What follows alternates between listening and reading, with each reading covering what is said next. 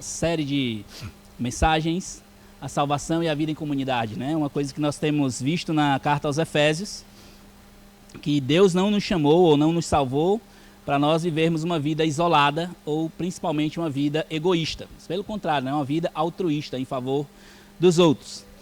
Imagina comigo que você ganhasse um prêmio gigantesco, né? Eu espero que você não esteja jogando na loteria, mas se você ganhasse na loteria, se você ganhasse uma bolada aí de 10 milhões de dólares e você não pudesse gastar esse dinheiro, né? Imagina só a frustração. Essa é a história de um homem chamado Michael Todd Hill, de 54 anos, que ganhou na loteria 10 milhões de dólares, mas que logo depois ele foi condenado lá no estado da Carolina do Norte, nos Estados Unidos, a uma prisão perpétua. Ele cometeu um homicídio e a pena dele saiu e ele não pôde desfrutar nada daquele prêmio que ele tinha ganhado, de 10 milhões de dólares, ou seja, não adiantou de nada. Imagina que alguém chega para o Michael e vai dizer assim: ô Michael, eu vou trazer o seu prêmio aqui para a cadeia, né? Eu vou trazer o seu prêmio aqui para você ficar na cela. O que vai adiantar? Ele vai dizer assim: eu vou querer esse dinheiro para quê? É uma coisa que é valiosa, né? Mas aqui dentro não tem valor nenhum. Ele está preso ou praticamente morto. Porque nos Estados Unidos, prisão perpétua é perpétua, não é que nem no Brasil. Prisão perpétua aqui é 30 anos, dependendo do comportamento, o cara sai em 10, né? Não, lá é prisão perpétua, tem um nome. Vai passar a vida toda na cadeia. Vai morrer lá. Então ele está morto, praticamente.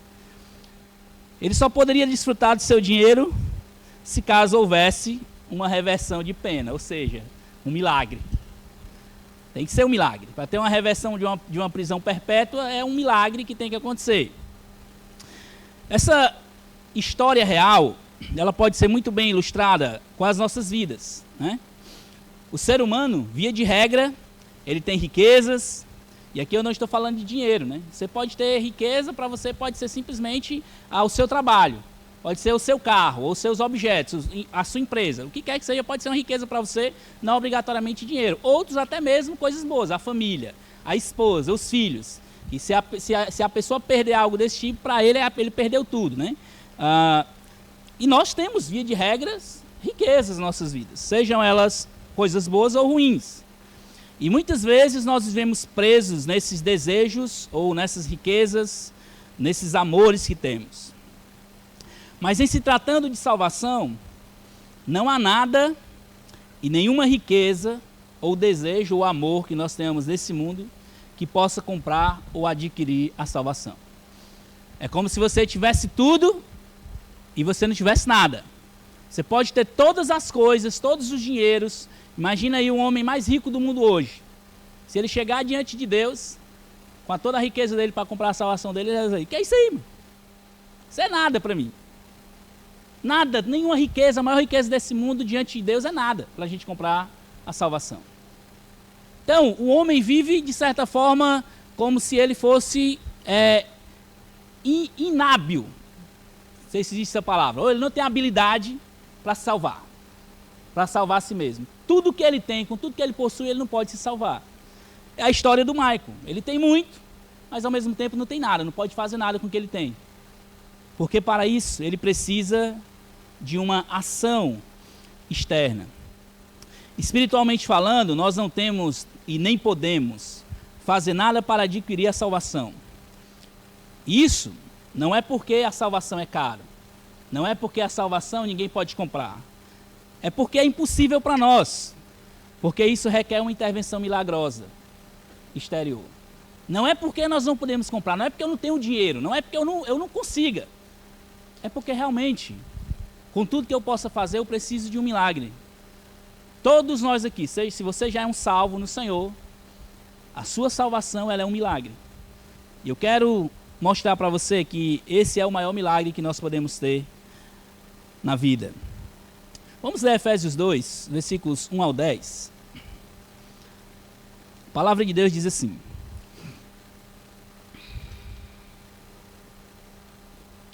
deixa eu só colocar meu tempo aqui para eu não passar.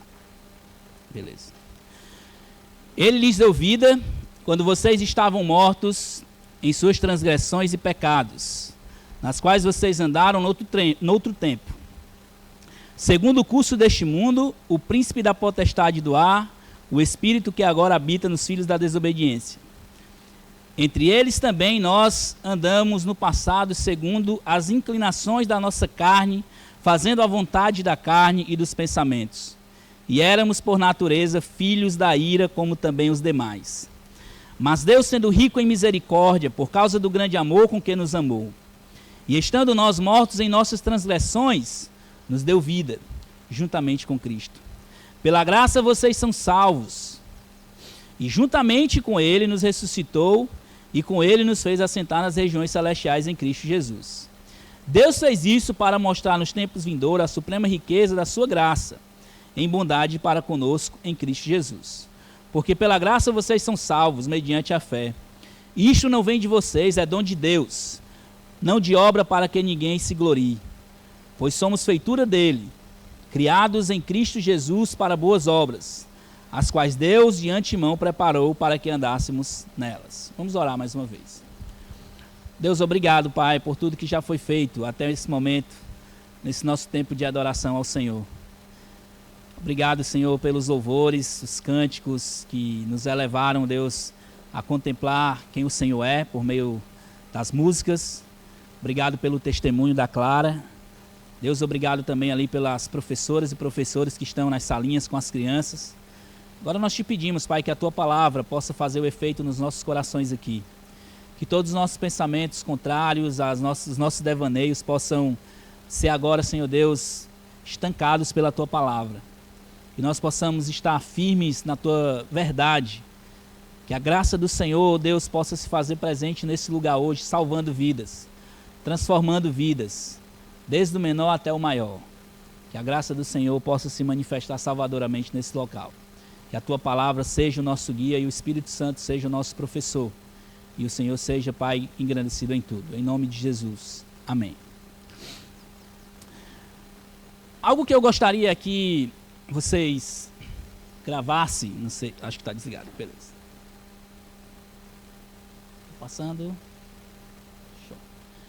Eu sei que está no seu esboço aí o tema, mas eu esqueci de editar, me perdoem, mas o tema que nós vamos estudar hoje é esse, da morte para a vida. Então você corrige aí no seu esboçozinho, Efésios 2, 1 ao 10.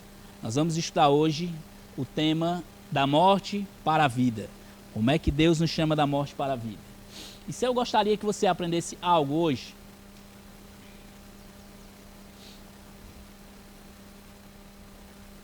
tá passando? Tá? É tudo que tá passando? Não, tá não, pra mim aqui. Deixa eu tentar de novo. Não, tá não, tu passa aí pra mim. A grande ideia que eu gostaria que vocês gravassem, o que eu gostaria que vocês fixassem dessa pregação, desse ensino, é assim, ó. A salvação é a ação soberana de Deus em nos trazer da morte à vida, ou para a vida. Para que possamos, ou para um testemunho de vida transformado. Deus não nos salva simplesmente para que nós venhamos dizer que somos salvos. Mas o objetivo de Deus é nos trazer da morte para a vida, para que nós possamos demonstrar um testemunho de vida transformado. A primeira coisa, então, que nós vamos ver em relacionado à pregação é que a salvação, ela precisa ser uma intervenção milagrosa. Nós vamos ver isso nos versículos 1 ao 3. Salvação é uma obra que, direta e indiretamente, é uma intervenção milagrosa. Depois que o apóstolo Paulo, no capítulo 1, nos mostrou a grandeza ou o poder de Deus, ou a soberania de Deus em nos eleger como filhos, Deus ele decidiu escolher aqueles que vão ser salvos. Nós não temos como lidar com isso. Nossa responsabilidade que vimos é de chamar todos à salvação, e Deus vai se responsabilizar de convencer o homem e de salvar aqueles que ele decidiu eleger para a salvação. Mas isso não é simplesmente para nós sermos salvos e acabou a história. Isso precisa, direta e indiretamente, refletir na vida dos outros. Foi o que nós vimos na semana passada. Deus não nos chamou para nós vivermos uma vida egoísta só para nós. Mas isso precisa refletir, e uma das maneiras, ou o ápice, digamos assim, da obra de Deus de servir aos outros é a igreja. Deus, ele se completa, por mais que ele não seja incompleto, aqui eu quero só usar uma palavra que nós possamos compreender. A igreja e o Senhor Jesus são completos em o Senhor se unir e está nos trazendo para Ele por meio da igreja. Aqui é como eu falei na pregação da semana passada, como é que Deus é completo e Ele diz que a plenitude dEle é por meio da igreja. É um mistério que a gente não compreende. Mas nós sabemos que por meio da igreja, o ápice da obra de Cristo é a igreja. É o corpo que Ele comprou com o seu próprio sangue. E por meio de Cristo, por meio da união nossa, os salvos com Cristo, a plenitude, né? Jesus está, digamos assim, a obra de Cristo está completa. Mas isso não é só simplesmente para nós dizer, eu faço parte do corpo, eu sou salvo. Isso precisa diretamente inferir na vida dos outros. Então, terminando aqui, Paulo ele volta para dizer como é que isso foi feito. Porque ele simplesmente disse que nós fomos eleitos, fomos predestinados, adotados, tá, mas como é que Deus fez isso na prática? A obra da salvação funcionando na prática. Então Paulo ele vem agora mostrando para nós como é que nós éramos e como é que nós nos tornamos, mas não por causa de uma obra nossa. Nós precisamos, primeiro de tudo, de uma obra poderosa de salvação, porque o nosso problema é gigantesco, praticamente impossível de resolver por uma ação humana. Nós precisamos que a salvação seja uma obra poderosa ou milagrosa, porque como nós mostramos na introdução, nenhum de nós, com tudo que temos e com tudo que podemos, pode comprar a salvação. Então isso precisa ser uma intervenção milagrosa. Mas por que isso? O apóstolo começa mostrando uma realidade que parece difícil, né, para nós. Eu sei que em algumas versões ele vai dizer assim, ele lhes deu vida, né? Vai começar talvez algumas versões de vocês. Mas no trecho realmente, no grego, ele não começa dizendo ele deu vida. Ele simplesmente começa mostrando a nossa situação diante de Deus. Ele já começa dizendo, vocês estavam mortos diante dos seus delitos e pecados. Ele emenda lá, ele termina falando da igreja e aí ele emenda. E vocês estavam mortos em seus delitos e pecados. Óbvio que a gente vai saber que ele nos deu vida no decorrer do texto, que ele vai dizer isso mais à frente. Mas nessa introdução aqui, o apóstolo Paulo, versículos 1 ao 3, ele vai mostrar a nossa situação. Qual era a nossa situação diante de Deus? A grande questão é que o apóstolo não coloca o pecado como algo que apenas nós praticamos. Antes, o pecado é uma posição de inabilidade para fazer o contrário, ou seja, o que é bom. Nós, por natureza, não é simplesmente assim, eu pequei, eu me torno ali pecador.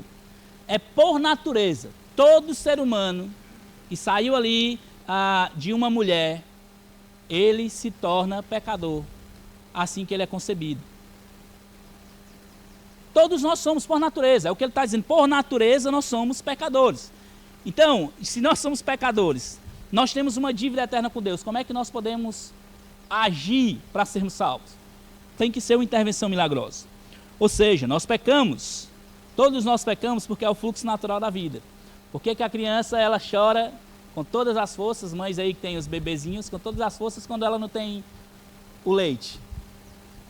Por que ele chora com todas as forças quando você tira algo para ele? Como é que ele sabe que aquilo ali é uma maneira de reagir a uma coisa que foi tirada dele? A natureza pecaminosa. Desde pequenininho. Se para vivermos uma vida que agrada a Deus, nós precisamos ter a vida de Deus, a realidade é que o ser humano natural, ele é totalmente o oposto do que se espera. Se nós esperamos que queremos ter vida, nós não podemos esperar ter vida em nós mesmos, porque nós estamos mortos, essa é a realidade. Logo, se nós somos mortos, nós não temos como fazer nada para ter vida. Imagina aí um morto, está aqui, e aí você simplesmente diz para ele, bora lá, vida, vai, fica vivo de novo. Nós não temos como fazer isso. Nós não temos poder nem para dizer se queremos morrer ou não, né? Não tem como. Imagina para reviver. Essa não é uma realidade longe de nenhum de nós aqui, irmãos. Todos nós somos pecadores, como eu já falei. Salmista, ele vai dizer, no Salmo 51, versículo 5, ele diz assim, eu nasci na iniquidade e em pecado me concebeu a minha mãe. Ou seja, ele sabia que desde a concepção dele, ele já foi concebido como pecador. Eram dois pecadores. Romanos 3, 23, o texto tão conhecido, Paulo vai dizer, pois todos pecaram e carecem ou estão distantes da glória de Deus. Todos pecaram. Agora a gente pergunta, o apóstolo Paulo ele vai dizer aí, né? Nós estávamos mortos nos nossos delitos e pecados, ou transgressões e pecados, depende da sua versão. Transgressões. Estou conseguindo passar aqui, Johnny? Passa aí para mim, por favor. Beleza. Eu coloquei aí transgressões, antes de tudo. Nós precisamos ver que tem duas distinções. Primeiro, a transgressão é ir além do que é estabelecido. Aí você podia dizer, peraí, mas eu ando sempre na regra, né? Eu não cometo transgressões. Se o apóstolo Paulo tivesse simplesmente falado assim, ele lhe deu vida quando você estava morto nas suas transgressões. É simplesmente transgredir algo, é você passar um limite. Deus estabeleceu essa linha aqui, desse fio do microfone, e eu ultrapassei isso aqui, então eu transgredi algo. Eu não transgredi, eu sempre andei, eu sou certinho, eu nunca traí minha esposa, eu não minto, eu não bebo, e etc, etc. Então eu estou de boa. Mas ele estica mais aí a corda, né? Ele vai dizer, e pecados. Aqui ele vai abranger mais. Pecado aqui é literalmente a ideia de não estar de acordo com a lei que Deus exige, agir de modo contrário que é pedido por Deus, ou, resumindo, não estar de acordo com o que Deus exige. Então, quem é aqui de nós que pode simplesmente dizer assim, rapaz, eu estou 100%, eu nunca desagradei ao Senhor? Quem pode levantar a mão e dizer isso? Só eu. Estou brincando, né? Óbvio. Então, nenhum de nós pode dizer isso. Nenhum de nós vai poder dizer que nunca pecou. Você pode dizer que eu nunca transgredi a regra. Mas pecar é a essência do ser humano. Nós estávamos mortos por natureza, transgredimos o que é moral e o que é correto. E por essência, nós somos pecadores. O pecado é o guia natural do ser humano. É tanto que Provérbios 22:15, quando Salomão está falando ali em literatura de sabedoria, o que ele vai dizer para o filho, né? Ele vai dizer assim, Provérbios 22:15, a tolice está ligada ao coração da criança, mas a vara da disciplina a afastará dela. A criança já nasce tola, essa é a realidade. Porque com os meninos eles querem, a gente precisa estar o tempo inteiro impedindo que eles façam uma besteira com a vida deles, porque eles são tolos. O objetivo dos pais, e aqui a gente sabe, quem tem filho pequeno mais uma vez, é chegar no final do dia com o menino vivo, né? Porque eles passam o tempo inteiro desafiando os limites. Se você tem um sofá em casa, ele não quer sentar no sofá, ele quer ficar em pé e pular do sofá, né? O sofá foi feito para ser sentado, mas não. Se tem uma mesa, o que é que ele quer fazer? Ele não quer sentar na cadeira, ele quer subir na mesa, e não contentando de subir na mesa, ele quer pular da mesa, né? Aqui nós temos um terreno enorme, tem 3 buracos, os meninos querem ir para onde? Para os buracos, né? Por natureza, as crianças são tolas, e isso se estende a nós.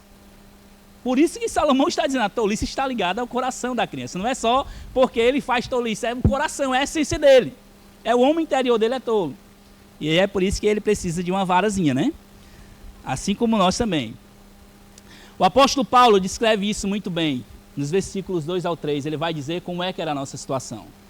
Ele diz que nós estávamos, Deus nos deu vida quando nós estávamos mortos nas nossas transgressões e pecados. Qual é a consequência ou qual é o caminho normal de um homem que está morto? E ele vai dizer quais seriam aí as 3 coisas que caracterizam o ser humano morto. Primeiro, ele vai dizer, as quais vocês andaram no outro tempo, segundo o curso deste mundo. Ou seja, o que Paulo está dizendo aqui é que vocês andam de acordo com a regra desse mundo. Vocês não têm o padrão moral de Deus. As pessoas que, muitas vezes nós nos surpreendemos com o ser humano sem Deus, porque o ser humano sem Deus ele faz atrocidade. Mas é o curso natural dele, é o que Paulo está dizendo. A gente se surpreende porque a gente tem um padrão de moralidade bíblico. Mas o ser humano fazer as maiores atrocidades do mundo, Deus não se surpreende com isso porque é o natural dele. É o que Paulo está dizendo, ele anda segundo o curso desse mundo. Depois, ainda no versículo 2, segundo o príncipe da potestade do ar, o espírito que agora habita nos filhos da desobediência. É o que Paulo está dizendo é o seguinte, vocês estão simplesmente andando segundo a vontade do diabo. Lembra que Pedro fala que o mundo jaz do maligno? É a ideia de que, como se Deus permitisse com que o mundo, o diabo ditasse algumas regras desse mundo. Óbvio que Deus tem o controle, mas Deus diz, não, beleza, ele pode ir até aqui. E é o ser humano sem Deus, ele anda simplesmente segundo o curso realmente do diabo. Não tem esse meio termo, né? E lá no versículo 3 ele vai dizer, na parte B, segundo as inclinações da nossa carne, fazendo a vontade da carne e dos pensamentos, e éramos por natureza filhos da ira, como também os demais. Ou seja, Paulo está dizendo também que nós andávamos segundo as inclinações da nossa carne, ou seja, os nossos desejos. Nós não temos um padrão moral, nós andamos segundo a vontade do diabo e nós fazemos aquilo que nós achamos bem. A nossa vida é minha mesmo, então faço o que eu quero, é Deus que manda em mim. Essa é a característica de um ser humano sem Deus. E aí se eu pedir para você pensar aí, rapaz, lembra aí de um ser humano nesse sentido, você vai lembrar de um bocado, porque é o curso natural da vida do pecador. E nós, se você se converteu, se a graça de Deus alcançou você quando você já era adulto, muitos de vocês talvez andaram num bocado de coisa dessa aqui. E a graça de Deus foi lá e nos alcançou. Essa é a realidade. E o resultado, né, como eu li aqui, nós éramos por natureza filhos da ira de Deus, como também os demais. Essa é a realidade de todo ser humano sem Cristo, meus irmãos. É por isso que nós precisamos de uma ação milagrosa. Mais uma vez, né, se nós pegarmos uma pessoa nesse sentido, que está vivendo com todas essas inclinações, a linguagem que Deus vai usar para ela, como Paulo usou aqui, é que ela está morta. Como que uma pessoa que está seguindo as inclinações da sua vida, ela vai poder fazer alguma coisa para ser salva? Naturalmente. Não existe. Ninguém vai conseguir fazer isso naturalmente. Da mesma forma, como um morto não pode fazer nada, nós como pecadores precisamos de uma intervenção de Deus para sermos salvos. A salvação do ser humano é o maior milagre que pode haver sobre a face da terra. É a ação de Deus em trazer alguém que estava morto para a vida. Muitas vezes a gente fica assim, né? Rapaz, a gente olha o exemplo de Lázaro, né? De que o Lázaro já estava lá morto, e aí Deus traz ele para a vida, mas nós aqui, todo mundo que foi salvo é Lázaro. Deus foi lá e nos trouxe da morte para a vida. A nossa condição natural é de morto. Assim também como aqueles que, se tem alguém aqui que ainda não conhece o Senhor como Salvador, essa é a condição. E como é que eu sei que eu entendi ou que Deus está abrindo o meu entendimento? É quando eu respondo salvadoramente. É só assim que eu sei. Porque o curso da vida é esse. A gente está perdido, morto, seguindo as nossas vontades. Por natureza, nós éramos filhos da ira, como também os demais. Nós precisamos, meus irmãos, chamar os pecadores à salvação, alertá-los do seu estado terrível. Porque um dia Deus executará a sua ira sobre os que permanecem na desobediência. Esse trecho, para mim, é um dos mais pesados em relação aos perdidos. Primeiro, Deus começa chamando de mortos, né? Paulo aqui usa esse termo. Um morto é um termo muito pesado. A pessoa não tem a habilidade de fazer nada. Mas o curso da vida dele, o momento em que ele está caminhando, é para chegar um momento em que Deus vai despejar a ira sobre ele. Porque a palavra diz, eles são filhos da ira. Imagina, Deus tem filhos que ele ama, que ele salva. Mas aqueles que estão caminhando na desobediência, é como se Deus estivesse acumulando, em vez de amor sobre eles, Deus está acumulando ira. E uma hora essa ira vai ser despejada. É o que a palavra de Deus chama de cálice da ira de Deus. Que uma hora ele vai ser despejado sobre isso. E nós precisamos alertar os pecadores sobre isso. Nós precisamos alertar da sua situação perdida, a sua pecaminosidade, do caminho que eles estão trilhando. Só há duas situações em que nós podemos estar: filhos de Deus e filhos da ira. Não existe uma terceira. Se nós estamos na condição de pecadores, nós vamos ter que receber um salário por isso. Romanos 6, 23. Paulo vai dizer, porque o salário do pecado é a morte, mas o dom gratuito de Deus é a vida eterna em Cristo Jesus, nosso Senhor. Se você trabalha, o que você espera receber no final ou no começo do mês? Salário. Se você é pecador, uma hora esse salário vai ter que ser depositado na conta de alguém. Só existe duas contas a serem depositadas. Na conta de Cristo, se você abraça a salvação, a obra de salvação em Cristo, ou na sua conta. E Deus vai cobrar esse salário uma hora. A realidade, ele não vai cobrar, ele vai pagar esse salário uma hora. É por isso que nós precisamos, meus irmãos, de uma intervenção milagrosa. Sem uma ação de Deus, o nosso estado é triste e sem esperança. Por isso, nós carecemos, e aí vem o nosso segundo ponto, de um livramento e um presente imerecido. Aí são dois tópicos. Nós precisamos de livramento e presente que são imerecidos. Nós vamos ver nesse trecho. O trecho vai dizer então, os versículos 4 a 9.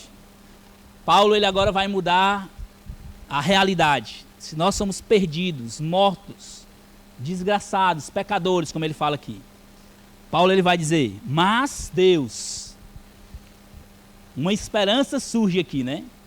Mas Deus, não é o pastor Rony, não é a Letícia, não é o Zion, não é o Paulo, mas Deus, sendo rico em misericórdia.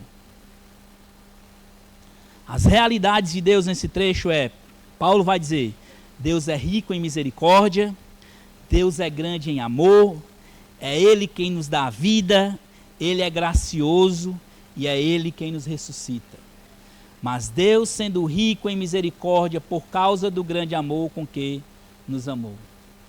Não é porque nós somos bonzinhos, meus irmãos. Não é porque nós fizemos alguma coisa, é por causa do grande amor com que Ele nos amou. A misericórdia de Deus se mostra sobre nós por causa do seu grande amor. Paulo traz outra realidade para nós. Se por um lado nós somos mortos, perdidos, Deus é misericordioso e gracioso. São duas coisas que são duas palavras que parecem a mesma, né? Misericórdia e graça. O que isso significa? Uma vez que somos pecadores, mortos, sem poder fazer nada, Deus interveio de duas maneiras em nosso favor. Primeiro, misericórdia. Misericórdia é nada mais, nada menos do que um livramento imerecido. O que é misericórdia? Você merece receber o seu salário, não é isso? De pecador, não foi isso que nós vimos? Romanos 6, 23, todos nós temos que receber o salário. Deus, sendo rico em misericórdia, não nos deu a morte ou o salário que nós merecíamos, que é a morte eterna. Nós merecíamos isso. Ele simplesmente podia dizer assim, rapaz, eu não vou te deixar morrer, não, eu vou te deixar viver nesse mundo aí sem esperança. Vai viver aí, pronto, até vocês se acabarem aí, pronto, vamos viver a vida. Mas não. E aí nós temos a segunda palavra, que é graça, que é um presente merecido. Deus não apenas deixou de nos dar o que nos era devido, que é a morte. Ele, de quebra, nos deu algo que nós não merecíamos, que é a graça, a salvação. A graça de Deus, certamente, é uma das mais intrigantes e gigantescas demonstrações do amor de Deus para conosco. Eu não sei se você já pensou, eu gostaria que você pensasse, mas eu não sei se você já pensou em como a graça de Deus é algo incrível, ou algo inexplicável. Nós, ofensores, poderíamos simplesmente estar vivendo esse mundo aqui desgraçado, expulso do Éden, se matando um ao outro, sei lá, fazendo toda a desgraça que o mundo permite. Mas Deus intervém. E Ele não intervém de um modo simplesmente nos livrando da morte, ou nos dando a salvação. O Deus encarnado, Jesus, vem a esse mundo morrer por nós sem merecermos. 1 Pedro 3,18, o apóstolo Pedro vai dizer assim, pois também Cristo padeceu uma única vez pelos pecados, o justo pelos injustos, para conduzir vocês a Deus, morto sim na carne, mas vivificado no Espírito. O justo, Deus encarnado, veio a esse mundo morrer pelos injustos. Isso é algo que humanamente você nunca vai conseguir explicar. Por quê? O que é que Deus viu em nós? O que foi? Nada. Isso é graça. é Deus me dar uma coisa sem eu merecer. Mas isso não foi uma coisa qualquer. Eu posso chegar para você aqui, sei lá, vou comprar um celular muito caro e dar para você sem você merecer. Mas não, me custou o máximo possível de dinheiro. Dinheiro, me custou dinheiro. Se eu tiver a condição de fazer isso para mim nem é um custo. Mas a salvação, a obra de salvação, o próprio Deus se humilhando, se tornando homem, vindo a esse mundo morrer por sua causa. Isso é uma das coisas mais intrigantes, meus irmãos, que a gente pode ver na história da revelação de Deus. Cristo padeceu por nós. Ele não precisava, mas ele decidiu mostrar o seu amor, nos dando algo que não merecíamos, a salvação. O trecho que nós vimos de Romanos 3:23 diz que todos pecaram e careciam da glória de Deus, ou carecem da glória de Deus. Os versículos seguintes, 24 ao 26, Paulo ele vai dizer algo muito interessante. Ele diz assim, ó: sendo justificados gratuitamente por sua graça, mediante a redenção que há em Cristo Jesus, a quem Deus apresentou como propiciação no seu sangue, mediante a fé. Deus fez isso para manifestar a sua justiça, por ter ele na sua tolerância deixado impune os pecados anteriormente cometidos, tendo em vista a manifestação da sua justiça no tempo presente, a fim de que o próprio Deus seja justo e justificador daqueles que têm fé em Jesus. Isso aqui é fantástico. Ele veio a esse mundo, Deus encarnado, Jesus veio a esse mundo morrer, deixando impunes os nossos pecados. Deus ele não sai cobrando e jogando na sua cara os seus pecados que você cometeu. Porque ele disse, ó, porque se você tivesse que pagar pelos seus pecados, você estava fazendo alguma coisa. Não, eu tenho que ir daqui para Juazeiro, de joelho ou a pé, subir lá o horto, né? Aquele local lá, vou lá adorar aquela imagem gigante, aí se eu consigo ser salvo, né? Não, mas se eu vestir roupa tal, viver desse jeito, eu sou crente, eu sou diferente dos outros, né? É a versão gospel do catolicismo. A realidade, meus irmãos, é que não existe nada que nós possamos fazer ou deixar de fazer para receber a justiça de Deus. É Ele que é justo e justificador daqueles que creem. É Ele. Nós somos apenas recipientes dessa salvação. Como eu falei na primeira pregação, a única coisa que a gente entra na equação da salvação é com o pecado. Vamos fazer um negócio com Deus. Tá bom, Senhor, eu entro com o pecado. O Senhor entra com o resto, né? É desse jeito. A obra da salvação é uma obra completa, graciosa do Senhor. Mas não é uma obra que custou barato. Foi muito caro. Foi o próprio Deus morrendo por nós. Além de tudo isso, nós vemos também que se nós estávamos mortos nos nossos delitos e pecados, filhos da ira de Deus, em Cristo nós temos uma nova posição. Colossenses 1, os versículos 13 e 14, ele diz: Ele nos libertou do poder das trevas e nos transportou para o reino do seu Filho amado, em que temos a redenção e a remissão dos pecados. Vocês estavam mortos, vocês eram aqueles que estavam perdidos, sem esperança. Ele transportou vocês das trevas para o reino do seu Filho amado. Mais uma vez, Ele fez. Ele transportou vocês para o reino do seu Filho amado. Ele fazendo isso. A obra de Deus agindo, salvando pecadores. Nós precisamos lidar com uma realidade dura a nosso respeito. Não fomos nós que aceitamos a Jesus como nosso Salvador. Foi Ele quem nos aceitou e providenciou o meio de nos alcançar. Eu sei que a gente costuma dizer, eu aceitei Jesus com 10 anos, né? Tipo, é um costume, eu sei disso. Mas a realidade é que nós precisamos toda a vida lidar com a dura realidade que nem isso nós fizemos. Foi Deus que nos aceitou como seus filhos. É uma realidade dura, dolorosa, né? De dizer assim, rapaz, eu não faço nada a não ser pecar. Mas ao mesmo tempo é confortante, né? Ou é reconfortante, é um bálsamo sobre as nossas vidas. De saber que Deus ele fez a obra completa. Por meio da ação soberana de Deus, sem dispensar misericórdia e graça a nós, Deus nos mudou de posição. E aí nós temos, primeiro, sem Cristo, nós estávamos mortos, filhos da ira. Em Cristo, com vidas, salvos e amados. No versículo 9, Paulo conclui com outra realidade muito dura para nós. Versículo 9 ele diz: a salvação de vocês é pela graça, não de obras para que ninguém se glorie. Paulo está dizendo algo muito claro: não tem nada, nenhuma obra que você possa fazer para ser salvo. Aqui está a beleza da salvação. Todos nós teremos que chegar diante de Deus prostrados, porque só Ele é o Senhor da história. Nós nunca poderemos chegar diante de Deus cobrando ou prometendo algo a Ele. Eu nunca posso chegar diante de Deus e dizer assim: Senhor, eu tenho que entrar aí no céu, né? Porque o Senhor sabe, né? Eu fui bonzinho lá na terra, eu fiz isso, fiz aquilo, aquilo outro. Nenhum de nós vai poder chegar cobrando nada de Deus, ou até mesmo enquanto vivemos aqui, nenhum de nós pode cobrar nada de Deus.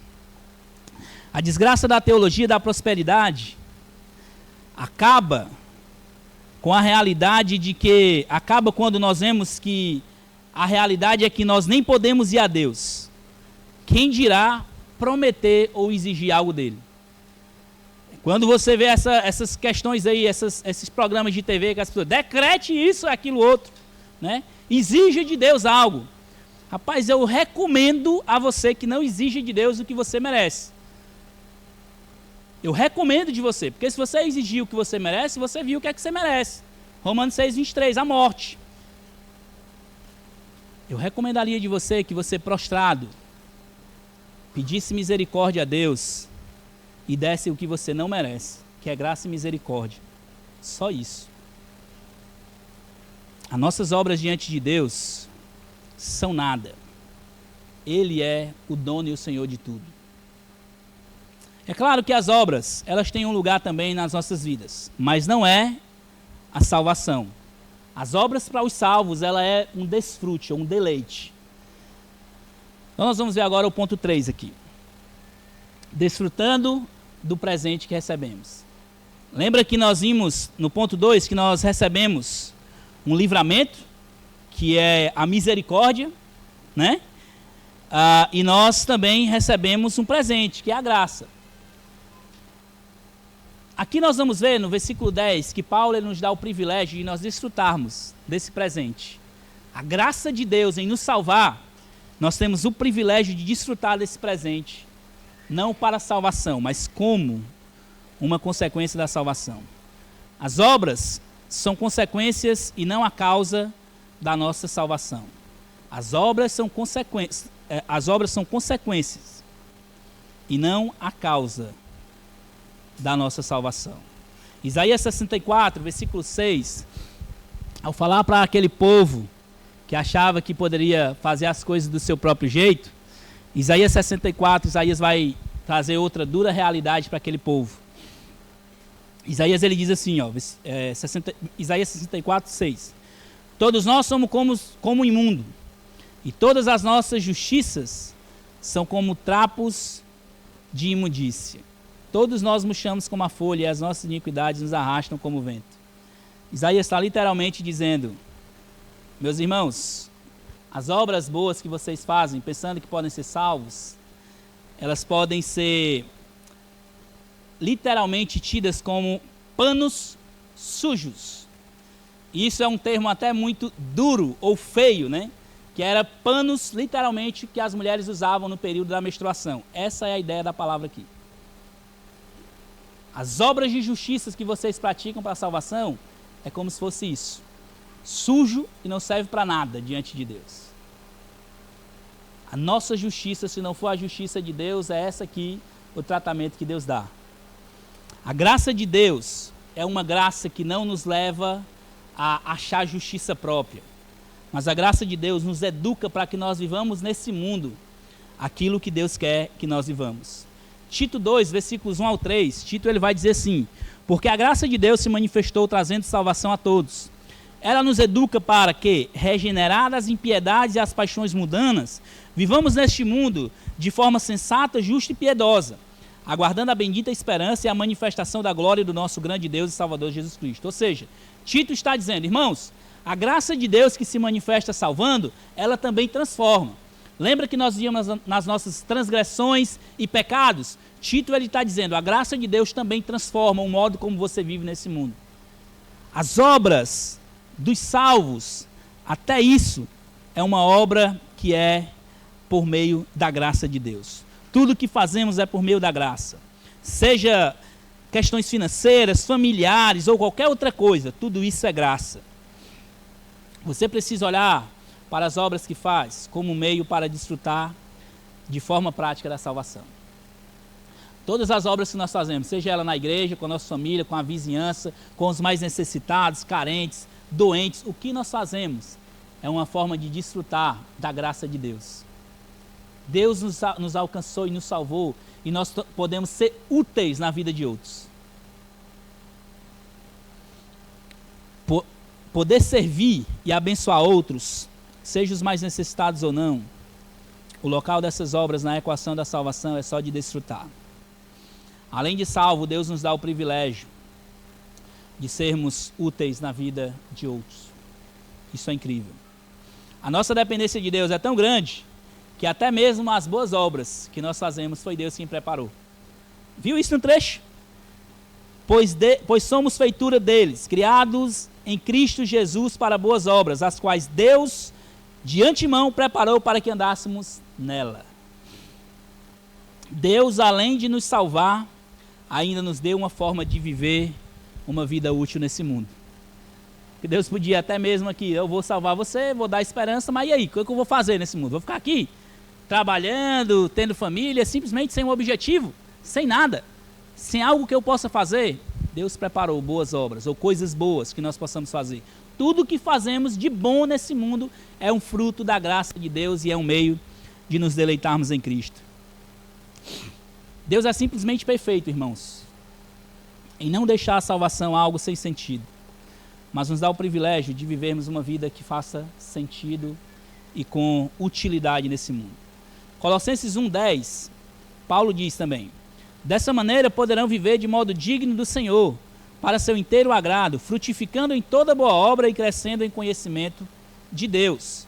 Tito 2, versículo 14, que nós acabamos de ler até o 13, ele diz assim, ele deu a si mesmo por nós, a fim de nos remir de toda iniquidade e de purificar para si um povo exclusivamente seu, dedicado à prática de boas obras. Que privilégio nós temos! Além de recebermos o presente da salvação, ainda podermos ser úteis na vida de outros. Que privilégio nós temos. Em conclusão, meus irmãos, deixa eu concluir dizendo o seguinte para vocês. Viver uma vida útil nesse mundo não é o objetivo de obter a salvação.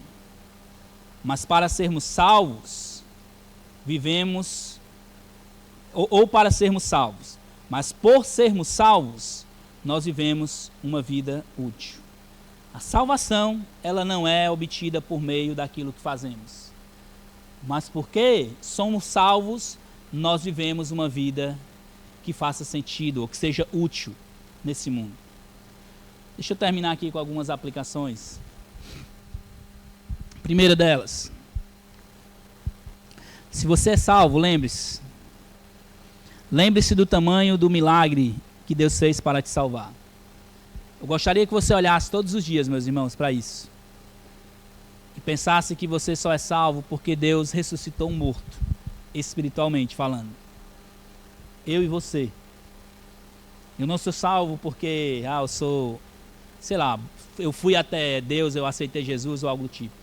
A graça de Deus me alcançou, me transformou, me chamou da morte para a vida. A segunda coisa que eu queria que você lembrasse ou focasse é: a graça deve ser uma demonstração diária de que você é indigno. No momento em que você achar que é digno de alguma coisa, que você merece alguma coisa, lembre-se da graça de Deus. Lembre-se do trabalhar da graça de Deus, ou o modo como Deus dispensou graça a você. Você vai olhar o quanto você é indigno dessa salvação. Por outro lado, a misericórdia deve ser uma demonstração diária de que você é amado. A misericórdia deve ser uma demonstração diária de que você é amado. Se a graça de Deus nos mostra que nós somos indignos, não tinha nada que nós possamos fazer, o fato de estarmos vivos todos os dias, é porque nós somos amados por Deus e Ele dispensou a misericórdia dele a nós. Um texto que eu gosto muito é o de Lamentações 3:21, quando Jeremias, ele fala: quero trazer à memória o que pode me dar esperança. E aí uma coisa que dá esperança para ele, que ele diz é: as misericórdias do Senhor são a causa de não sermos consumidos, porque as suas misericórdias não têm fim, renovam-se a cada manhã, grande é a tua fidelidade. A graça nos mostra que somos indignos, e a misericórdia nos mostra que somos amados. Eu quero terminar também com a ilustração ou uma aplicação para os menores. A graça de Deus está disponível a vocês. Se voltem para Cristo quanto antes e vivam uma vida útil para Ele. Se você é criança, jovem, adolescente, lembre-se, a graça de Deus também está disponível para vocês. Se volte para Deus urgentemente, viva uma vida útil nesse mundo, desde pequeno. Não precisa você esperar crescer, não. Vocês podem viver uma vida útil já desde pequeno, desde criança. Como Tito falou ali no versículo 11, Tito 2:11, porque a graça de Deus se manifestou trazendo salvação a todos, inclusive as crianças. A graça de Deus faz com que o homem possa viver uma vida útil nesse mundo, inclusive os pequeninos. Que Deus nos ajude, meus irmãos, a desfrutar dessa bênção de contemplar a salvação, a obra de Deus em nos trazer da morte para a vida. Mas não apenas a salvação tem um fim em si mesmo, mas é para que nós possamos viver uma vida útil, especialmente na vida dos outros. A compreensão da nossa salvação vai nos levar ou vai implicar diretamente em como eu vivo para os outros. Vamos orar. Deus, obrigado mais uma vez pela tua graça de nos salvar, nós pecadores que não merecemos. Eu quero pedir, Senhor Deus, que o Senhor faça com que essa mensagem fique martelando nas nossas cabeças como salvos, de que a obra do Senhor é uma obra completa, imerecida e ao mesmo tempo que demonstra o seu amor por nós. Pai, obrigado, Senhor. Eu oro também por aqueles que ainda não colocaram sua confiança no Senhor. Se eles compreenderam isso, Senhor, é porque de alguma forma o Senhor está trazendo vida para eles. Que haja salvação nessa manhã, seja de crianças ou de adultos. Que a graça do Senhor se manifeste salvadora, trazendo salvação a todos os homens, inclusive hoje. A maior decisão que temos que fazer é de seguir a Cristo. E até isso é uma obra que o Senhor faz em nossos corações. Então, Senhor, faça essa obra hoje aqui, que os pecadores se voltem ao Senhor respondendo a vida que o Senhor está gerando nos seus corações. Em nome de Jesus te agradecemos por isso. Amém.